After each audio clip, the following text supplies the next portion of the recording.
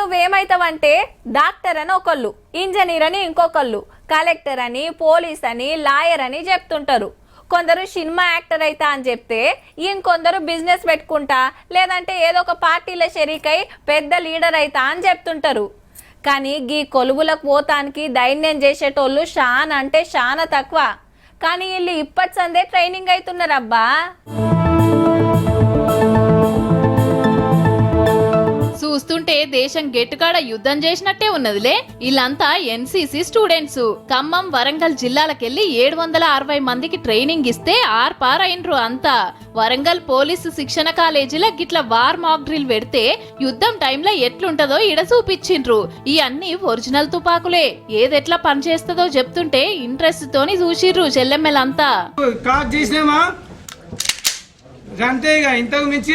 మనం ఏం చూడడం ఫైర్ చేయడం, ఏం చూడడం ఫైర్ చేయడమే. రేపటినాడు ఆర్మీలో జాబులు కొడతానికి ఈ ట్రైనింగ్ మస్తు ఆసరైతుందట. జాబులకు ఇళ్లకు రిజర్వేషన్ ఉంటదట. ట్రైనింగ్ ఇచ్చేది సుత ఆర్మీ ఆఫీసర్లే. గవర్నమెంట్ జాబ్స్ అనేది వితౌట్ ఎగ్జామ్ లోనే వీళ్ళకి బి సర్టిఫికేట్, సి సర్టిఫికేట్ ఉంటే వీళ్ళకి ఎగ్జామ్ రాయడం అవసరం లేదు. They will be having every job criteria reservation, at least 50% reservation in army, navy, air force. Army uniform దొడగక ముందే రియల్ గన్నులు పట్టుకునే ఛాన్స్ వచ్చింది ఇళ్లకు. జాబ్ వస్తే గానీ యూనిఫామ్ వేసుకుంటే గానీ ఫైరింగ్ చేయలేము. అట్లాంటిది మనం ఇక్కడ ఎన్సీసీలో ఫైరింగ్ చేసి ఎట్లా అయితే ఉంటుందో ఆర్మీ లైఫ్ మనం ఇక్కడనే చూడొచ్చు. రియల్ వెపన్స్ ఇస్తారు. మళ్ళీ వెపన్ కి ఒక క్యాడెట్ కి 5 బుల్లెట్స్ ఇస్తారు.